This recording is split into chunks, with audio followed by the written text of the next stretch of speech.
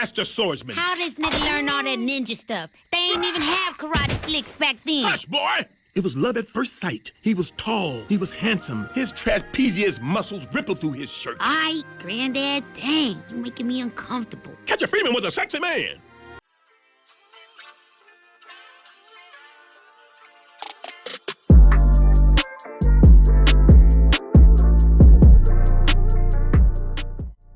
What is good, y'all? Whitey here, back with another video, and today I got an interesting video for y'all, and I think y'all might like it. And it's also based on Black History Month. You know, since it's Black History Month, we got to celebrate. You know what I'm saying? So today I'm gonna educate y'all and school y'all just a little bit. But I got a few videos for y'all, and it's based on Nat Turner. And if you don't know about Nat Turner, you will today. So without further ado, let's get to our first video. Nat Turner's 1831 rebellion in Southampton, Virginia, was the deadliest U.S. slave revolt. A literate slave, Turner saw a solar eclipse as a divine call to rebellion. Sharing plans with trusted slaves, he struck on August 21st, killing whites and recruiting. By August 23rd, they killed over 57 whites, facing resistance during recruitment. Turner's group fought well, but was overwhelmed. Whites massacred blacks indiscriminately. Turner hid until discovered on October 30th. Tried, convicted, and hanged on November 11th, his rebellion left a lasting impact on American history.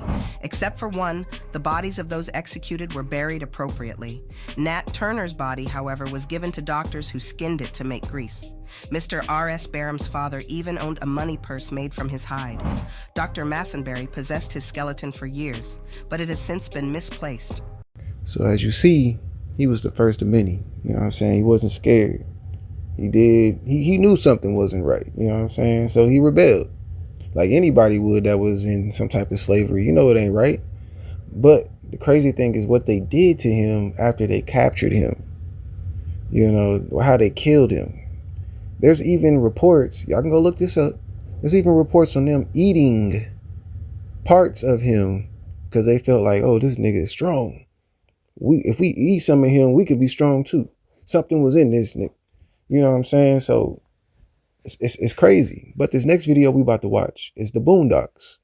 And it talks about similarities. To me, I believe they were talking about, you know, they took Nat Turner's story and they spent it between 3 different people. So you're going to hear stories from Granddad. You're going to hear stories from Huey. You're going to hear stories from Uncle Ruckus. And everybody got their point of view of what they saw and what, you know, with how the story goes. Not what they saw, but how the story went. But without further ado, let's go ahead and get into it. What if I told you that one of the most important lessons about Black history didn't come from a textbook or even a classroom, but from an episode of the Boondocks? Lying. How would you know? Granddad always making up some shit about history. How come everyone we related to is somebody famous? The first nigga to go to the moon, or the first nigga to pole vault. Man, he made up Catcher Freeman. Shoot, he probably made up this whole slavery thing. What nigga you know gonna work all day in a hot field for no paper? See, that's your problem. You be believing anything somebody tells you or put in a book. See, I keep my mental mind extra secure. Nothing gets in. This episode, titled The Story of Catcher Freeman, doesn't just tell a story, it questions history itself. It asks who gets to tell it, and more importantly, who gets to tell the right side of the story. It shows how Black history has been twisted over time through false memory, manipulation, and straight up myth. There are 3 different versions of who Catcher Freeman was. 3 completely different stories. 3 different perspectives. One comes from Granddad, one comes from Uncle Ruckus, and one comes from Huey. Each version represents a different mindset when it comes to the retelling of history. Granddad is the storyteller. He wants to make this big, dramatic, and heroic tale, one where Catcher Freeman is a savior and a symbol of hope. Ruckus is the revisionist, the self-hating racist who wants to rewrite history in the name of white supremacy. And Huey is the one trying to find the truth. He wants the facts, he does the research, he looks at the records, he tries to figure out what really happened. So let's start with Granddad's version. In his story, Catcher Freeman is basically a superhero, a slave who could leap through the air and rescue his people from bondage like it was an action movie. The master swordsman. How this nigga learn all that ninja stuff? They ain't even have karate flicks back then. Hush, boy! It was love at first sight. He was tall. He was handsome. His trapezius muscles rippled through his shirt. Aight, Granddad, dang, you making me uncomfortable. Catcher Freeman was a sexy man. And old Thelma was smitten. Hi, I'm Thelma. My name's Catcher. Catcher Freeman. You're Catcher Freeman? The Catcher Freeman? Now, of course, it's exaggerated, but that's the point. Granddad's version highlights how important heroes are to black culture. Catcher Freeman becomes more than a man. He becomes a symbol of resistance, of strength, of something bigger than the suffering we were forced to endure. And this is something you see all throughout history. We need those larger-than-life figures. Martin Luther King, Rosa Parks, Claudette Colvin, Harriet Tubman, Nat Turner. In fact, Catcher Freeman almost feels like a mix between Nat Turner and some anime character. But that speaks to something real, because for centuries, black people had no light at the end of the tunnel, no rights, no protection, no future. So stories like Catcher Freeman's became a way to hold on to something, even if it wasn't all true. It felt true, and we needed that. Now here's where things get a little dark. Ruckus tells his version of the story, and in typical Uncle Ruckus fashion, it's deeply offensive, twisted, and very disturbing. In Ruckus's retelling, Catcher Freeman isn't a hero, he's a snitch, a slave catcher, a traitor. He's not Catcher Freeman, he's Catcher Free Man. He's helping the white slave owners catch runaway slaves. And the way the story is told, it's full of stereotypes. So gangster. See, to understand the story of Catcher Freeman, you gotta know a little something about slavery. Now, if you think niggas is worthless and lazy today, oh, Lord help me, you should have seen them back in slavery days. Good old Master Colonel and plantation owners like him provided darkies all over the South with good jobs, food, housing. I'm telling you, slavery was the best thing that ever could happen to Negro kind. Okay, first of all, none of that is true. And don't trust them new niggas is not a spiritual. Hush your mouth and learn your history, boy. Slaves sang that and many other joyful songs all day. They danced, did arts and crafts, crocheted, had water balloon fights, everything except for work. Hey, y'all! Masters are coming!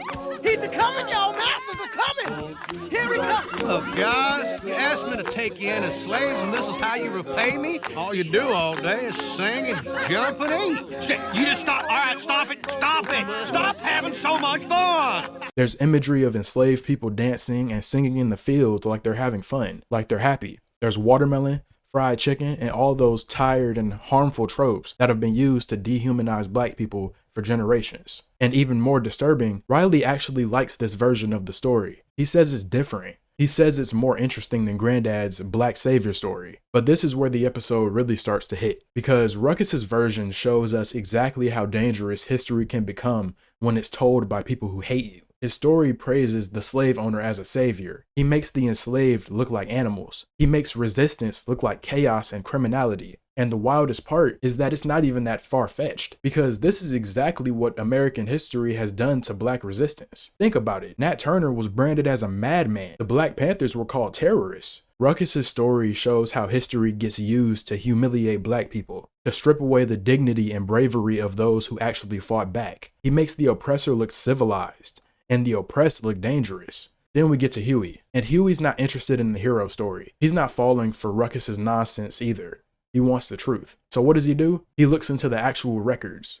He reads, he cross-references, he does what historians are supposed to do, and what he finds is the truth. I wanted to show those clips so y'all can understand that history can be changed and history can be hidden, and the whole Nat Turner story, they don't even talk about that story. You know what I'm saying? A lot of people don't even know he existed because they try to hide that. And then a lot of stuff people say didn't happen. It's because it wasn't wrote down. Why would they write down their evils, their sins? Why would they write down incriminating themselves? Of course, they're not going to write it down. Now, there's some people in history that do that because they think what they're doing is right.